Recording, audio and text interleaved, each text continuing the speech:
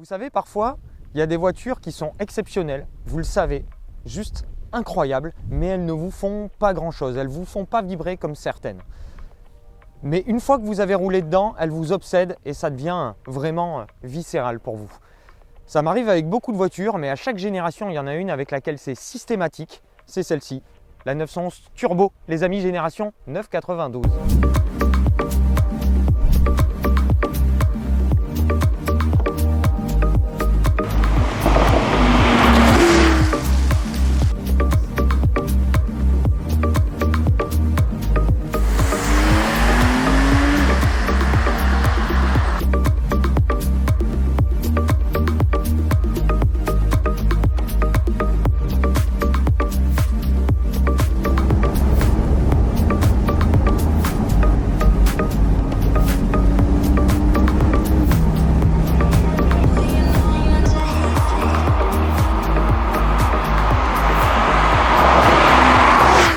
Salut à tous les amis, bienvenue au Billet Auto, j'espère que tout roule pour vous, pour nous. Vous pouvez le constater, ça roule plutôt bien. Bienvenue pour cet essai de la Porsche 992 Turbo, une nouveauté qu'on attend depuis le début d'année. Je remercie encore Porsche France de nous permettre de rouler cette voiture ici en version Turbo S, 650 chevaux, 800 Nm pour un petit peu moins d'une tonne 7. Croyez-moi les amis, c'est dévastateur.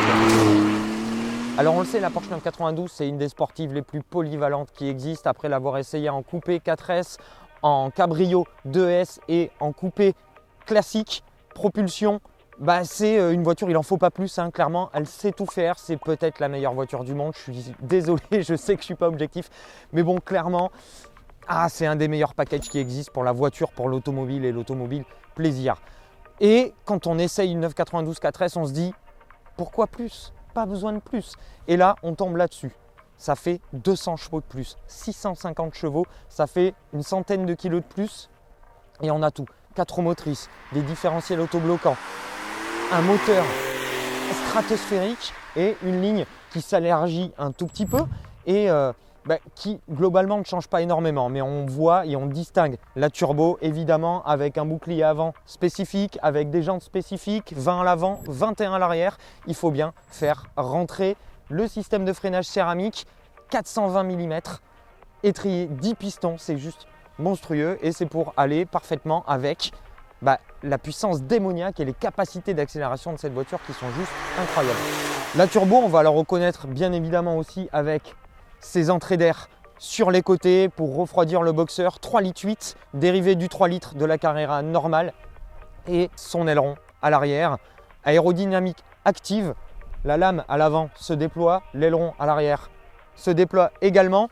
Hormis ça, on se retrouve avec un package de 992 qui, on le sait, est juste incroyable au quotidien et qui a aussi, c'est une Porsche, le sens de l'occasion. Ici, très belle config, un joli gris qui ressort vachement bien sur les photos. Intérieur rouge, capote rouge, ça me rappelle le cabrio que j'avais pour le rallye d'Aumale.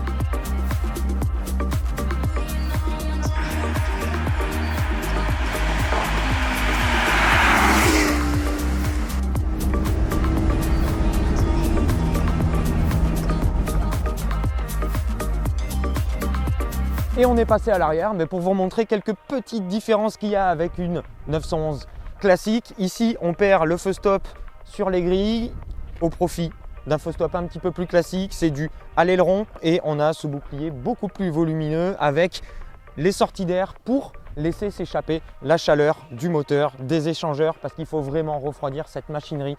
Je le répète, 650 chevaux et 800 Nm entre 2500 et 4000 tours minute, c'est juste monstrueux et vous allez le voir quand on sera au volant, la poussée est stratosphérique. Vous, je sais pas, dites-moi ce que vous pensez de cette petite config de Turbo S Cabrio, mais pour moi, la Turbo S Cabrio, c'est un petit peu compliqué de faire mieux. Là, on est sur quelque chose de discret, mais d'un peu sympa quand même. C'est une belle GT dans la définition et vous allez voir qu'elle pousse le curseur un tout petit peu plus haut que la 4S normale dans l'esprit GT. Et en termes de comportement sportif, on va en reparler au volant, mais d'abord on passe à l'intérieur. Suivez-moi.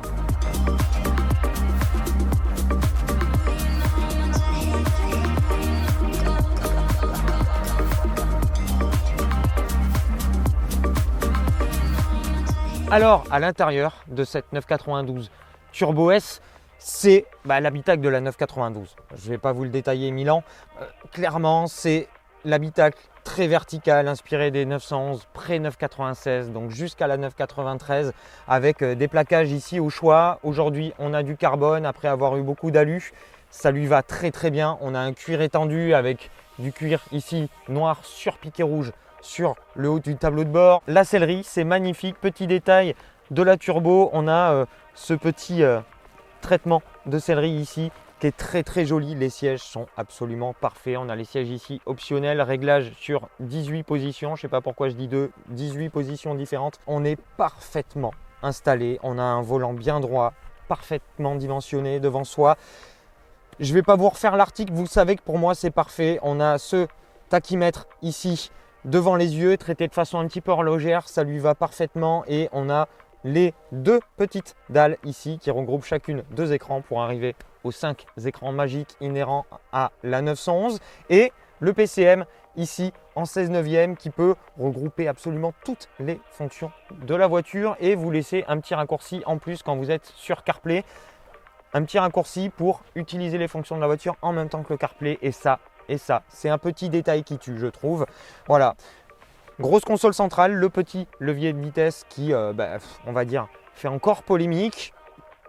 Je ne suis pas trop fan, mais bon, je vous avoue que clairement, on n'en a plus rien à faire à partir du moment où on est installé dans ce superbe habitacle. La finition, c'est Porsche. Comme d'habitude, c'est au cordeau, c'est nickel. Les ajustements sont parfaits et les matériaux sont pour la grande majorité d'entre eux absolument nickel. Et comme c'est une 911, on a un habitacle qui est habitable. On a une bonne largeur aux genoux, bonne largeur aux épaules. On n'est pas engoncé, on est bien. On a une belle vision périphérique. À l'arrière, on a de quoi mettre des sacs. À défaut de mettre des adultes, on va dire, les plus d'1m65 vont commencer à galérer. Il ne faut pas beaucoup de jambes. Mais bon, ça reste quand même une 2+2, on va dire. Une grande boîte à gants ici, très logeable. Petit porte-gobelet, des rangements ici. C'est quasiment une familiale. Quand je vous dis que c'est la voiture parfaite, les amis. Et ici, on a la Turbo S Cabrio, donc jusqu'à 50 km/h, on peut enlever la capote et clairement, on se retrouve avec un beau cruiser. Aujourd'hui, on a de la chance, on a un beau temps, même s'il fait 4 degrés. Je dois vous dire que c'est un gros bonheur de rouler décapoté. En plus, on a le filet anti-remous qui laisse quasiment aucun vent passer, donc on peut vraiment, et avec Hugo depuis ce matin, on roule décapoté, on se les gèle dehors, mais entre les sièges chauffants, le volant chauffant, petit bouton est là, et le filet anti-remous, on est hyper confort pour rouler décapoté, même avec 4 degrés. Voilà. Globalement, entre l'espace que vous avez là et l'espace que vous avez dans le coffre à l'avant, vous avez vraiment de quoi prendre la route pour des vacances ou des week-ends sans aucun souci. Maintenant, moi j'ai devant les yeux ce monogramme Turbo S devant moi là depuis tout à l'heure et je dois vous dire que ça signifie qu'une seule chose, ça signifie que vous êtes au volant de la plus grosse pompe à feu de la production de grande série actuelle. Donc on n'a qu'une envie, c'est de démarrer ce flat 6 de 3,8 litres et d'aller faire un petit tour sur la route pour voir ce que ça donne. On est go.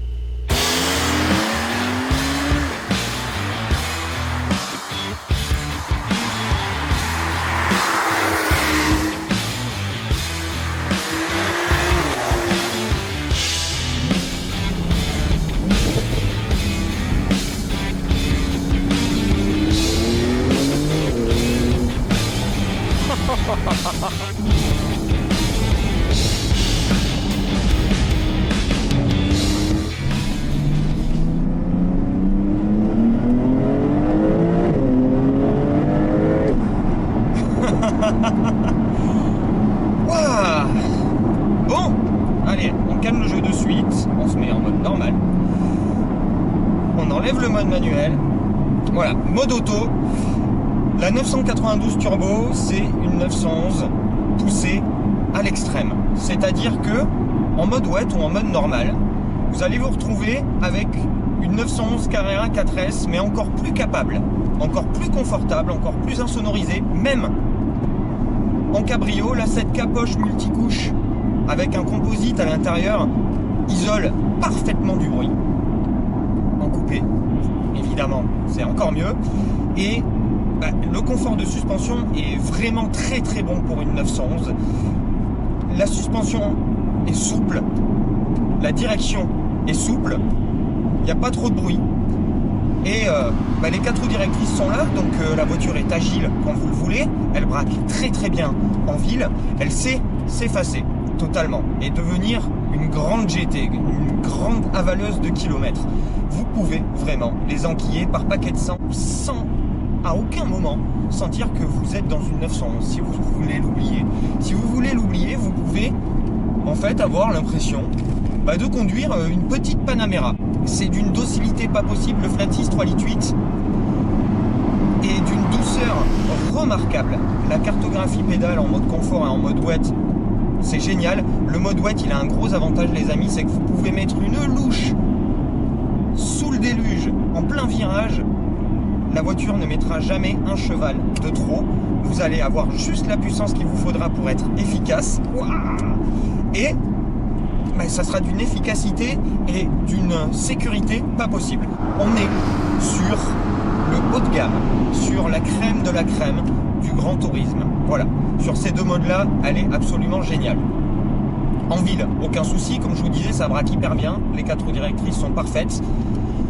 Dès qu'il faut vous extirper du feu, il n'y a absolument aucun souci, parce que quoi qu'il arrive, vous avez toujours 650 chevaux et 800 Nm disponibles à 2000 tours minute, donc il n'y a pas de souci, regardez, mode normal. La PDK hyper douce jusque-là vient de tomber dans rapport d'une manière hyper réactive et on a décollé. Pour ça, c'est vraiment royal. L'autoroute, là, on a le régulateur adaptatif, maintien dans la voie, etc. C'est pas une conduite semi-autonome comme peuvent le faire la plupart des ténors allemands, mais il y a tout ce qu'il faut. Il y a tout ce qu'il faut, le système Bose, les sièges hyper confortables, même s'il y a un super maintien. Voilà, vous pouvez voyager, vous pouvez l'utiliser absolument au quotidien comme une Golf, quoi, globalement. Mais il y a un truc, c'est que cette 911, elle a une saveur particulière. C'est que vous mettez en mode sport.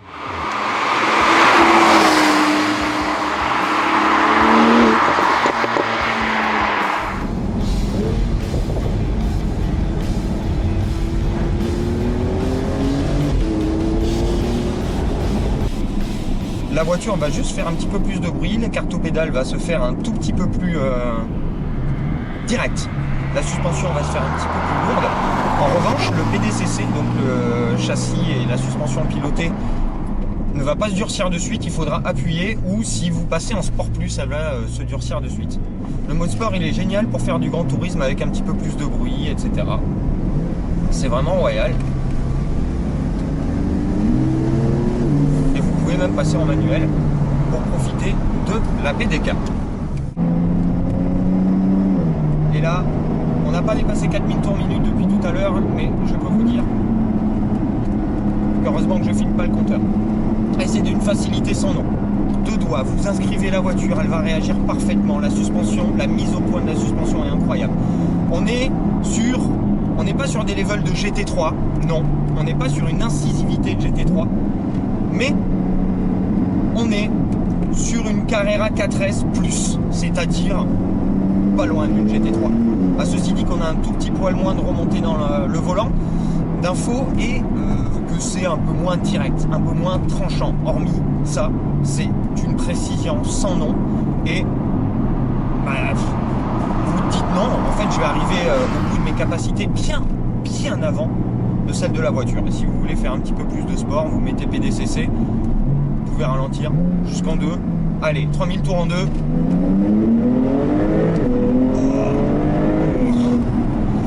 Et attention à ne pas aller se catapulter sur le rupteur, il arrive très vite. Ce moteur est d'une sauvagerie pas possible. C'est un démon. C'est-à-dire que de 2 à 5000 tours minute, ça va pousser d'une manière extrêmement violente. Et à 5000 jusqu'à 7, vous allez avoir un deuxième effet qui se coule qui va vous faire dire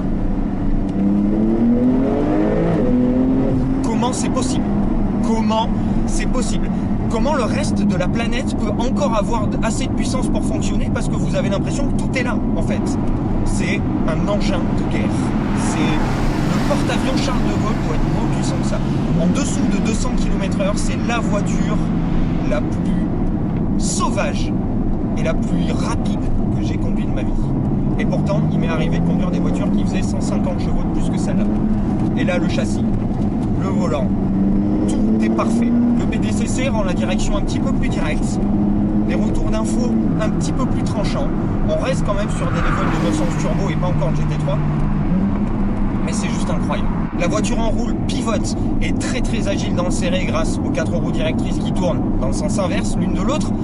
Ça devrait pas être possible. Une voiture comme ça en vente libre, les amis, c'est la caisse la plus efficace que j'ai roulée de ma vie. Voilà, il n'y a rien pour moi à aujourd'hui qui est plus efficace que cette voiture qui pourtant au quotidien peut se rouler comme une Golf. Golf très puissante. Une grosse Golf. Bon, pour tout vous dire, la 911 Turbo, comme je vous disais au début, c'est pas une voiture qui me fait vibrer depuis toujours. C'est une voiture, je reconnais sa suprématie sur le segment des GT.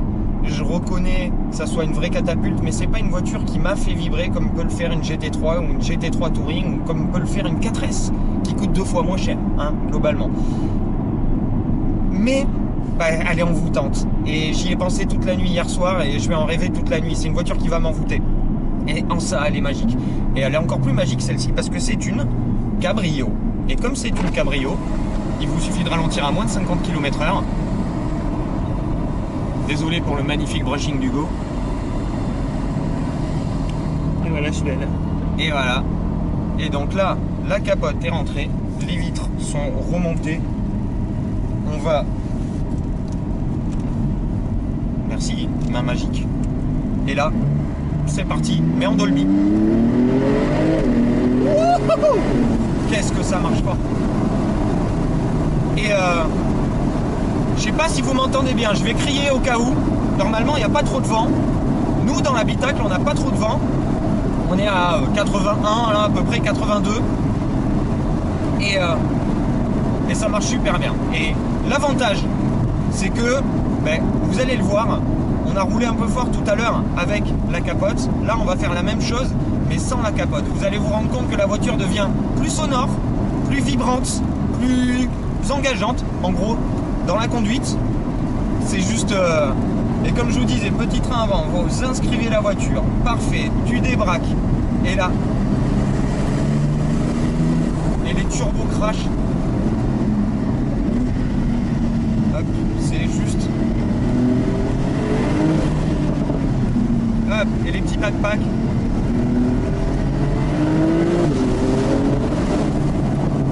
Ça va beaucoup trop vite. Oh là là là là là là là là là là là. Et la PDK en sport et en sport plus, elle est incroyable. Elle est vraiment incroyable. Oh là là. Et là, vous rentrez, c'est du serré, la voiture ne bouge pas, tu débraques deux. Et là, dans beaucoup de pays au monde, on est en prison. Voilà, avec ces 2 secondes d'accélération. Merde. Pardonnez mon langage, mais là... C'est quelque chose, hein. Et elle sait tout faire, cette bagnole. Le freinage, parlons du freinage. Bah, c'est Porsche, c'est du céramique, 420 mm, 10 pistons, inépuisable, même avec les 1700 kg de la voiture. Des perfs d'hypercar, les amis, d'hypercar. 2 secondes 7 annoncées de 0 à 100 par Porsche. Mais globalement, on est plus à 2 secondes 3, 2 secondes 4. Ce qui est quand même dingue, le 0 à 200. Moins de 10 secondes, hein? Oui. Moins, beaucoup moins. En fait, elle accélère plus fort que le Taycan. Ça accélère plus fort. Turbo. Ça accélère plus fort que le Taycan Turbo. Les limites sont tellement loin. Et cette vidéo est tellement longue. Je pense qu'on va s'arrêter là, vous l'avez compris, c'est un coup de cœur. Est-ce que c'est la voiture de l'année? Ce sera à vous de me le dire. Est-ce que c'est ma voiture de l'année? Je sais pas. Est-ce qu'elle détrône la 718 Spider? Je sais pas. Peut-être. Il va falloir que je me pose un tout petit peu et que je repose mon esprit. Parce que cette voiture, c'est des montagnes russes. Et vous savez comment on est dans des montagnes russes, on ne réfléchit pas. Donc il va falloir que je me pose un tout petit peu voilà ce que je peux vous dire là-dessus. Les prix, largement plus de 200 000 € pour notre version. La conso, on roule comme des abrutis depuis tout à l'heure. C'est presque mesuré. On est à 17,8 litres au 100. On a roulé n'importe comment depuis tout à l'heure. Clairement, je pense que vous allez pouvoir maintenir en dessous des 11 litres sur un vrai mixte avec la voiture. En conduite sportive, comptez 18 litres, 20 litres peut-être. Mais comparé aux performances et au pédigré de la voiture, bah c'est pas grand chose. C'est impressionnant quand même. Ouais, et puis quand tu mets 200 000 € dans une voiture, La conso, c'est pas ta préoccupation première. Alors, on va se passer du débat malus, etc. Effectivement, on est sur du 40 000 € de malus l'an prochain, 50 000 dans 2 ans. Mais bon, encore une fois, quand tu mets 200 000 dans une voiture, voilà. Cet essai est déjà beaucoup trop long, les amis. On va vous laisser là.